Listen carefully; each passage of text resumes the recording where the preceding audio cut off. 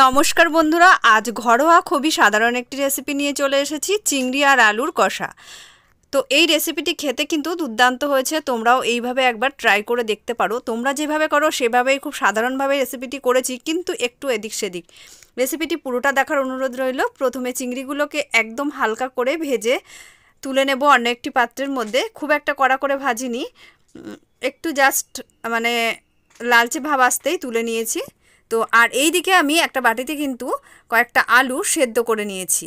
কড়াইয়ে যে তেলটা রয়েছে ওই তেলের মধ্যে আলুগুলোকে দিয়ে দিয়েছি। আলুগুলো একটু বড় মাপের কেটেছি, খুব বড় নয়।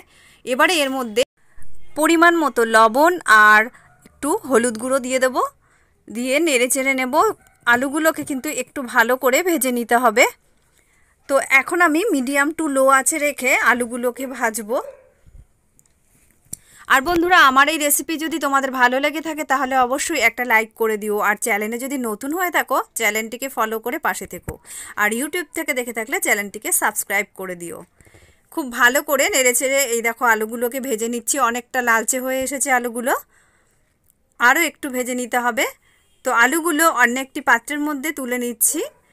এবার কড়াইতে দেখো যে তেলটা রয়েছে ওই তেলের মধ্যে আমি আগে থেকে আদা, রসুন, পেঁয়াজ সব পেস্ট করে রেখেছিলাম, সেটা এর মধ্যে অ্যাড করে দিলাম। এবার আঁচটা প্রথম দিকে বাড়িয়ে তারপর মিডিয়াম আঁচে রেখে খুব ভালো করে কষিয়ে নিতে হবে। এবারে এর মধ্যে আমি একটু লবণ দিয়ে দিলাম, আবারও একটু নেড়ে চেড়ে মিশিয়ে নিয়ে এর মধ্যে সামান্য একটু হলুদ গুঁড়ো আর একটু ঝাল লঙ্কার গুঁড়ো এখানে অ্যাড করব। আবারও একদম লো আঁচে রেখে কিন্তু এইবারে করতে হবে, না হলে কিন্তু মশলাটা পুড়ে যেতে পারে। আর এই কষানোর সময় সামান্য একটু চিনি দিয়েছিলাম যাতে কালারটা সুন্দর আসে। এবারে নেড়েচেড়ে আরও কয়েক মিনিট কষিয়ে নেব। কয়েক মিনিটের জন্য একটু ঢাকনার চাপা দিয়েছিলাম। ঢাকনাটা তুলে আবারও একটু দেখো মশলাগুলো কিন্তু ঢাকনা দেওয়াতে খুব ভালোভাবে কষে গেছে। এবারে এর মধ্যে আমি টমেটোর পেস্ট অ্যাড করব। আগে থেকে আমি সমস্ত কিছু রেডি করে রেখেছিলাম। টমেটোর পেস্ট এখানে 2 চামচ মতো অ্যাড করেছি। আবারও মিডিয়াম টু লো আঁচে রাখবো আর একটু জিরের গুঁড়ো এখানে অ্যাড করে দিলাম। মিডিয়াম টু লো আঁচে রেখে মশলাটাকে খুব ভালো করে কষিয়ে নিতে হবে যতক্ষণ না মশলা থেকে তেল ছাড়ছে। কয়েক মিনিট ঢাকনা দিতেই মশলাটা কিন্তু খুব ভালোভাবে রেডি হয়ে যায়। ভেজে রাখা আলুগুলোকে এবারে এর সঙ্গে অ্যাড করে দিলাম। আর আরও একটা টমেটোকে আমি 4 টুকরো করে নিয়েছি, সেই 4 টুকরো টমেটো আমি এখানে অ্যাড করে দিলাম। এবারে আরও কয়েক মিনিট এইভাবে নেড়ে চেড়ে নেব। খুব ভালো করে মশলার সঙ্গে আলুগুলোকে মিশিয়ে নিয়েছি। কয়েক মিনিট ঢেকে দিলে আরও ভালোভাবে মশলাটা আলুর মধ্যে ঢুকে যাবে। ঢাকনাটা তুলে নিয়েছি।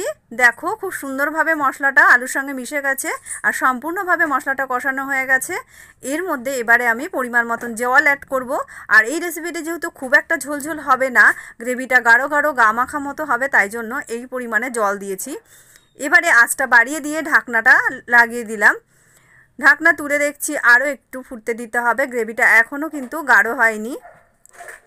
এবারে এর মধ্যে আমি ভেজে রাখা মাছগুলোকেও অ্যাড করে দেব। ভেজে রাখা মাছগুলোকে দিয়ে এবার একটু খুন্তি দিয়ে মিশিয়ে দিলাম। নেড়ে চেড়ে ঝোলের মধ্যে চিংড়িগুলোকে মিশিয়ে দিয়েছি। এবারে ওপর থেকে একটু ধনেপাতা কুচি দিলাম। তোমরা চাইলে গরম মশলাও দিতে পারো, কিন্তু ধনেপাতা কুচির গন্ধটা বেশি ভালো লাগছিল। কয়েক মিনিটের জন্য ঢাকনা দিয়ে দিলাম। দেখো পারফেক্টভাবে রেডি হয়ে গেছে আর দেখতে কতটা লোভনীয় হয়ে উঠেছে। বন্ধুরা, তোমরাও একবার অবশ্যই এইভাবে এই রেসিপিটি ট্রাই করে দেখো, দারুণ লাগবে খেতে। আজকের মতো এখানে